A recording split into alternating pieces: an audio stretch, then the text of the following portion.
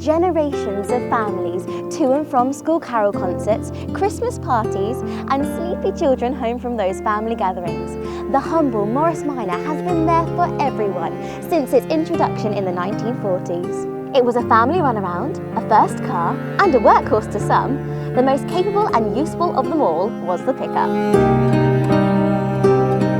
And just in time for Christmas, we're giving you the chance to win our 1968 Morris 1000 pickup. With quintessential almond green paintwork and a no-frills black interior, our Morris pickup is the perfect Christmas tree hauler for you and the family this year.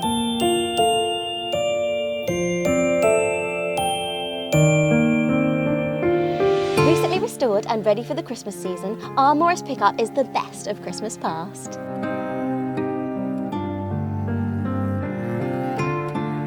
For your chance to win and bring a special kind of Christmas cheer to you this year, head over to the Bridge Classic Cars competition's website for all the information you need and to enter the draw.